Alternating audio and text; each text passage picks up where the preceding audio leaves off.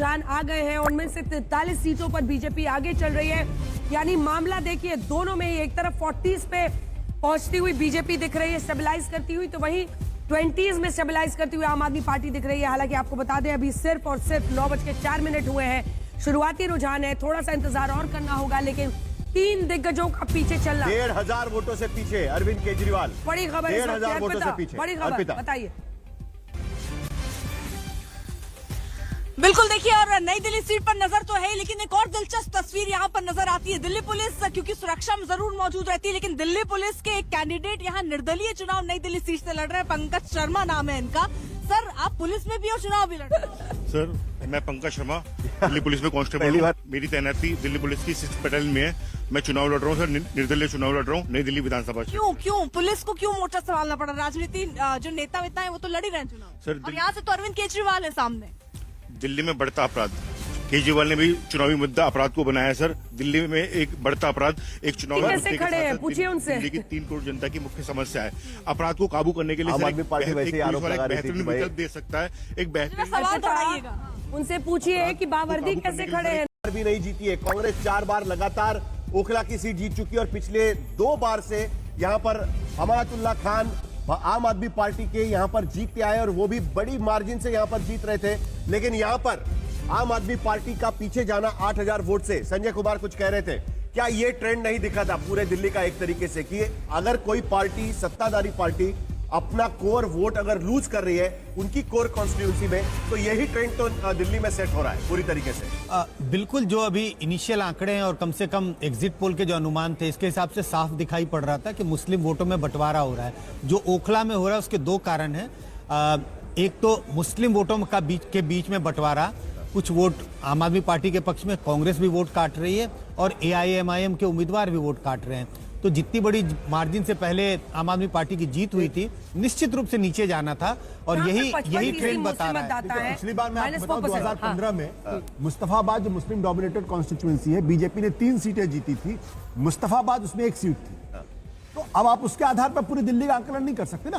तो मुझे लगता है कि अभी थोड़ा सा एक बार ट्रेंड सेटल कर देंगे। हम लोग जा कहाँ रहे हैं, यही बैठे हुए हैं। मुस्तफाबाद अभी तक जो आ रहा है नहीं उसी सोचा पर चर्चा कर रहे हैं ना, उसी पर चर्चा बीजेपी करेंगे ना। जीती 3, अरे रोहिणी, विश्वासनगर और मुस्तफाबाद 3। जगदीश प्रधान भी जीती थी। सईद अंसारी के पास जल्दी से चलिए, हमारे सहयोगी सईद अंसारी हमारे साथ बने हुए हैं। 45 सीटों पर बीजेपी लगभग, आप देखिए कि डबल का मामला हो गया है। 20 का 21 का फासला हो गया है दोनों के बीच में, और कांग्रेस पार्टी 1 पर।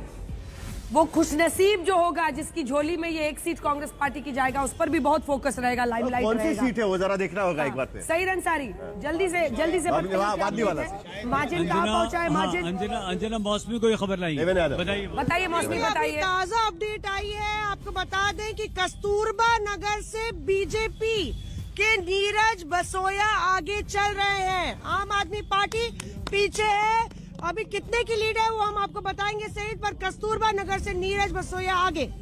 एक और बड़ी खबर हमने आपको दी है कस्तूरबा नगर की, तो 46 जरा एक बार मौसमी को बोलिएगा, पूछेगी कि आखिर ये कांग्रेस पार्टी का एक जो लीड है वो कौन सी सीट पर है, कौन सा उम्मीदवार है? काउंटिंग सेंटर्स है। मौसमी अपने जो कांग्रेस जो एक लीड चल रहा है, कुछ पता चला है कहाँ है?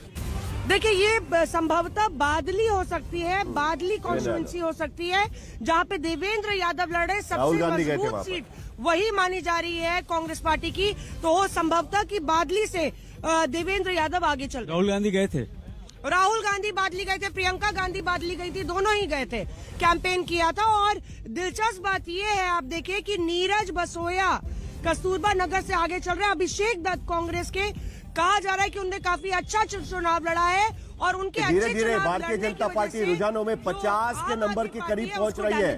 48 सीटों पर भारतीय जनता पार्टी आगे, 21 सीटों पर आम आदमी पार्टी आगे, कांग्रेस 1 सीट पर, बादली की सीट जिसका जिक्र अभी हमारी संवाददाता यहां पर कर रही थी।